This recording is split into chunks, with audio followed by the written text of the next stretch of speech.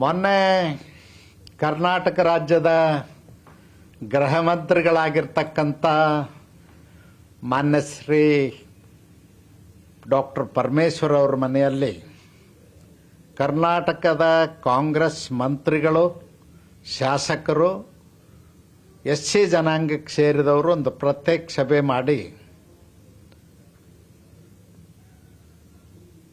ಜನರಿಗೆ ಮೋಸ ಮಾಡುವಂಥ ಪ್ರಯತ್ನವನ್ನು ಮಾಡಿದ್ದಾರೆ. ಸದಾಶಿವಯ್ಯನವರ ವರದಿಯನ್ನು ಬಿಜೆಪಿ ಸರ್ಕಾರ ಇದ್ದಾಗೆ ತಿರಸ್ಕಾರ ಮಾಡಿತು. ಯಾವ ಕಾರಣಕ್ಕೆ ತಿರಸ್ಕಾರ ಮಾಡಿತು ಅನ್ನೋದನ್ನು ಪರಮೇಶ್ವರರ ಭಾಷೆಯಲ್ಲಿ ಹೇಳೋದಾದ್ರೆ, ನ್ಯಾಯಮೂರ್ತಿ ಸದಾಶಿವಯ್ಯನವರ ವರದಿಯಲ್ಲಿ ಅಂಕಿಅಂಶಗಳು ಸರಿ ಇರಲಿಲ್ಲ, ದತ್ತಾಂಶ ಸರಿ ಇರಲಿಲ್ಲ, ಅದಕ್ಕಾಗಿ ತಿರಸ್ಕಾರ ಮಾಡಿದ್ರು ಅಂತ. ಅದು ಶುದ್ಧ ಸುಳ್ಳು, ತಪ್ಪು ಮಾಹಿತಿ. ನಾವು ತಿರಸ್ಕಾರ ಮಾಡಿರ್ತಕ್ಕಂಥದ್ದು ಕಾರಣ ನಂಬರ್ 1, 2011ರ ಜನಗಣತಿ ಅಂಕಿ ಅಂಶಗಳು ಅದರಲ್ಲಿರಲಿಲ್ಲ. Census ರಿಪೋರ್ಟ್ದ statistics ಅದರಲ್ಲಿರಲಿಲ್ಲ. ಎರಡನೇದು, ಮಾನ್ಯ ಶ್ರೀ ಬಸವರಾಜ ಬೊಮ್ಮಾಯಿ ಅವರ ಸರ್ಕಾರ 15% ಇದ್ದ ಎಸ್ಸಿ ಮೀಸಲಾತಿಯನ್ನು 17ಕ್ಕೆ ಹೆಚ್ಚಿದ್ದೀವಿ. ಎಸ್ಟಿ ಮೀಸಲಾತಿ 3 ಇದ್ದದ್ದನ್ನು 7ಕ್ಕೆ ಹೆಚ್ಚಿದ್ದೀವಿ. ಆ 2 ಕಾರಣಗಳಿಗಾಗಿ ತಿರಸ್ಕಾರ ಮಾಡಿ ಮಾಧುಸ್ವಾಮಿಯವರ ವರದಿಯನ್ನು ತಗೊಂಡು ಮಾದಿಗರಿಗೆ 6%, ಚಲವಾದಿಯವ್ರಿಗೆ 5.5%, ಲಂಬಾಣಿ ಬೋವಿ ಕೊರ್ಮ ಕೊರ್ಚ 4.5% ಮತ್ತು ಅಲೆಮಾರಿ ಜನಾಂಗದವ್ರಿಗೆ 1% ಮಾಡಿ ಆ ವರದಿಯನ್ನು ಒಪ್ಪಿ ಕೇಂದ್ರಕ್ಕೆ ಶಿಫಾರಸು ಮಾಡಿದ್ವಿ. ಅದಾದ ನಂತರ ನರೇಂದ್ರ ಮೋದಿಜಿಯವರ ಸರ್ಕಾರ ಸುಪ್ರೀಂ ಕೋರ್ಟ್ನಲ್ಲಿರ್ತಕ್ಕಂಥ ಕೇಸನ್ನು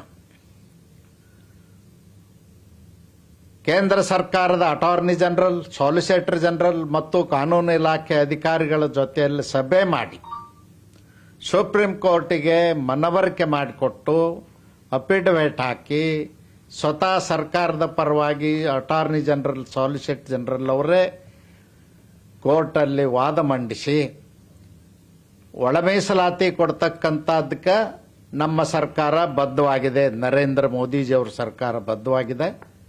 ಒಳ ಮೀಸಲಾತಿ ಕೊಡ್ತಕ್ಕಂಥದ್ದು ಸಾಮಾಜಿಕ ನ್ಯಾಯ, ವೋಟ್ ಬ್ಯಾಂಕ್ ರಾಜಕಾರಣ ಅಲ್ಲ.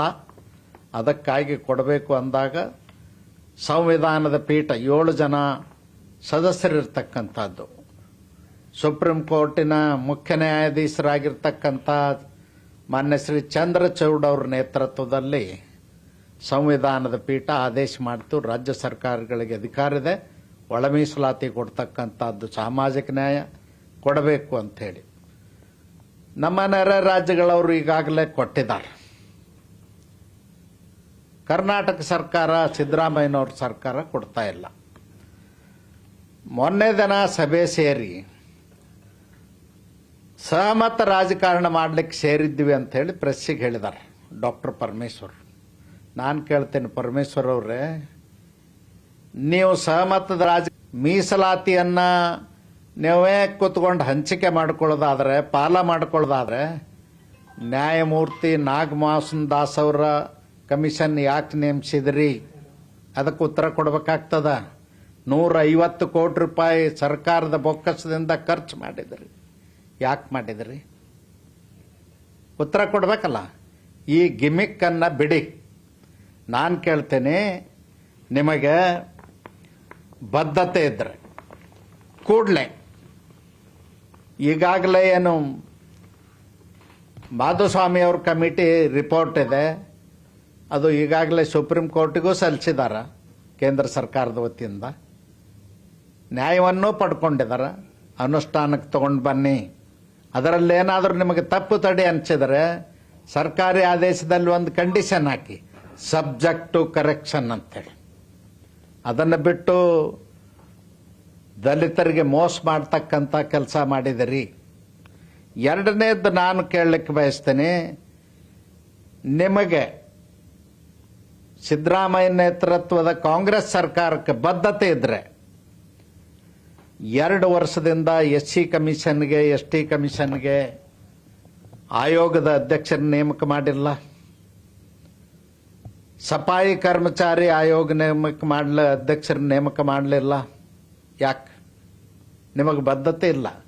ಬರೀ ಈ ದಲಿತರ, ಅಸ್ಪೃಶ್ಯರ ವೋಟ್ ಬ್ಯಾಂಕಿಗೆ ಮಾತ್ರ ನೀವು ಕಣ್ಣಿಟ್ಟು ರಾಜಕಾರಣ ಮಾಡೋದನ್ನು ಬಿಡಿ. ಡಾಕ್ಟರ್ ಬಾಬಾ ಸಾಹೇಬ್ ಅಂಬೇಡ್ಕರ್ ಹೇಳಿದ್ದಾರೆ, ಯಾವ ಸರ್ಕಾರಕ್ಕೆ ಬದ್ಧತೆ ಇಲ್ಲ, ಯಾವ ಸರ್ಕಾರ ಸಂವಿಧಾನಾತ್ಮಕವಾಗಿ ಆಡಳಿತ ಮಾಡಲಿಕ್ಕೆ ಸಾಧ್ಯ ಇಲ್ಲ, ಅಂಥ ಸರ್ಕಾರದಿಂದ ದೇಶದ ಉದ್ಧಾರ ಆಗ್ಲಿಕ್ಕೆ ಸಾಧ್ಯ ಇಲ್ಲ. ಅಂಥ ಸರ್ಕಾರದಿಂದ ದೀನದಲಿತರ ಕಲ್ಯಾಣ ಆಗ್ಲಿಕ್ಕೆ ಸಾಧ್ಯ ಇಲ್ಲ. ನಿಮಗೆ ನೆನಪು ಮಾಡಿಕೊಡ್ತೀನಿ. ಯಾಕಂದ್ರೆ ಪದೇ ಪದೇ ನುಡಿದಂತೆ ನಡೆದಿದ್ದೀವಿ ಅಂತ ಹೇಳ್ತೀರಿ, ಜನರಿಗೆ ಮೋಸ ಮಾಡ್ತಾ ಇದ್ದೀರಿ.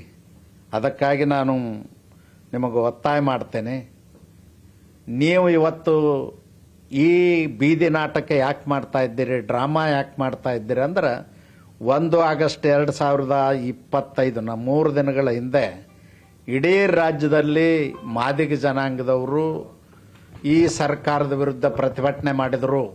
ಅದಕ್ಕೆ ಹೆದರ್ಕೊಂಡ್ರೆ ನೀವು ಮಾಡ್ತಾ ಇದ್ದೀರಿ. ಇನ್ನು ಮೈ ಮೇಲೆ ಬೀಳ್ತಾರೆ ಇವರು ಅಂಥೇಳಿ ಮೋಸ ಮಾಡಿ ಅವ್ರನ್ನ ದಾರಿ ತಪ್ಪಿಸೋ ಕೆಲಸ ಮಾಡ್ತಾ ಇದ್ದೀರಿ. ಅದನ್ನು ಬಿಟ್ಟು ಬೇರೆ ನೀವೇನೂ ಮಾಡಿಲ್ಲ.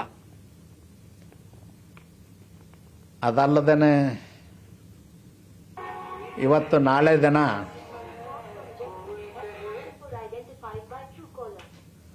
ಸಂವಿಧಾನಿಕ ಹುದ್ದೆ, ಸಂವಿಧಾನಿಕ ಸಂಸ್ಥೆ ಅಸ್ಥಿರಗೊಳಿಸ್ತಕ್ಕಂಥ ಪ್ರಯತ್ನವನ್ನು ಮಾಡ್ತಾ ಇದ್ದೀರಿ. ರಾಹುಲ್ ಗಾಂಧಿ ನೇತೃತ್ವದಲ್ಲಿ ಬೀದಿ ನಾಟಕ ಪ್ರಾರಂಭ ಮಾಡಿದಿರಿ. ಚುನಾವಣೆ ಆಯೋಗ ಬಿಜೆಪಿ ಪರವಾಗಿ ಗೆಲ್ಲಿಸಲಿಕ್ಕೆ ಮೋಸ ಮಾಡಿದೆ ಅಂತಕ್ಕಂಥ ಆರೋಪವನ್ನು ಮಾಡ್ತಾ ಇದ್ದೀರಿ. ನಿಮಗೆ ನನ್ನ ಪ್ರಶ್ನೆ ಇಷ್ಟೇ, ಮಿಸ್ಟರ್ ರಾಹುಲ್ ಗಾಂಧಿ ಅವರೇ, ಖರ್ಗೆ ಅವರೇ, 60 ವರ್ಷ ಈ ದೇಶದಲ್ಲಿ ಸ್ವಾತಂತ್ರ್ಯ ನಂತರ ಕಾಂಗ್ರೆಸ್ ಆಡಳಿತ ಮಾಡಿದೆ. ಹಾಗಾದರೆ ಚುನಾವಣೆ ಆಯೋಗ ಮೋಸ ಮಾಡಿ ನಿಮ್ಮನ್ನು ಗೆಲ್ಲಿಸ್ತಾ? 60 ವರ್ಷ ಚುನಾವಣೆ ಆಯೋಗದ ಕೃಪೆಯಿಂದ ನೀವು ಅಧಿಕಾರದಲ್ಲಿದ್ದೀರಾ? ಹೇಳಬೇಕಾಗ್ತದ. ಕರ್ನಾಟಕದಲ್ಲಿ 2023 ಚುನಾವಣೆಯಲ್ಲಿ 136 ಸೀಟ್ ಗೆದ್ರಿ. ಹಾಗಾದ್ರೆ ಚುನಾವಣೆ ಆಯೋಗ ಮೋಸ ಮಾಡಿ ನೀವನ್ನು ಗೆಲ್ಲಿಸ್ತಾ? ಹೇಳಿ. ಲೋಕಸಭೆ ಚುನಾವಣೆಯಲ್ಲಿ 9 ಸೀಟ್ಗಳನ್ನು ಗೆದ್ದಿದ್ದೀರಿ. ಚುನಾವಣೆ ಆಯೋಗ ಮೋಸ ಮಾಡಿ ನಿಮ್ಮನ್ನು ಗೆಲ್ಲಿಸ್ತಾ? ಇದಕ್ಕೆಲ್ಲ ಉತ್ತರ ಕೊಡಬೇಕಾಗ್ತದೆ. ನಿಮ್ಮ ಗುರಿ ಕೇವಲ 2: ದೇಶದ ಅಭಿವೃದ್ಧಿನೂ ಇಲ್ಲ, ದಲಿತರ ಕಲ್ಯಾಣನೂ ಇಲ್ಲ. ಒಂದು, ಪ್ರಧಾನಮಂತ್ರಿ ಶ್ರೀ ನರೇಂದ್ರ ಮೋದಿಜಿ ಅವ್ರನ್ನ ಪ್ರಧಾನಮಂತ್ರಿ ಹುದ್ದೆಯಿಂದ ಕೆಳಗಿಳಿಸಿ ಅಪ್ರಬುದ್ಧ ರಾಜಕಾರಣಿ ರಾಹುಲ್ ಗಾಂಧಿ ಅವ್ರನ್ನ ದೇಶದ ಪ್ರಧಾನಮಂತ್ರಿ ಮಾಡಬೇಕಂತ ಹುನ್ನಾರ ಮಾಡ್ತಾ ಇದ್ದೀರಿ. ಎರಡನೇದ್ದು, ಸಿದ್ದರಾಮಯ್ಯನವ್ರನ್ನ ಮುಖ್ಯಮಂತ್ರಿ ಸ್ಥಾನದಿಂದ ಕೆಳಗಿಳಿಸಿ ಖರ್ಗೆ ಅವರು, ಡಿ ಕೆ ಶಿವಕುಮಾರ್ ಅವರು, ಪರಮೇಶ್ವರ್ ಅವರು ಯಾರಾದರೂ ಒಬ್ಬರು ಮುಖ್ಯಮಂತ್ರಿ ಆಗ್ಬೇಕನ್ನೋದೇ ನಿಮ್ಮ ಗುರಿ.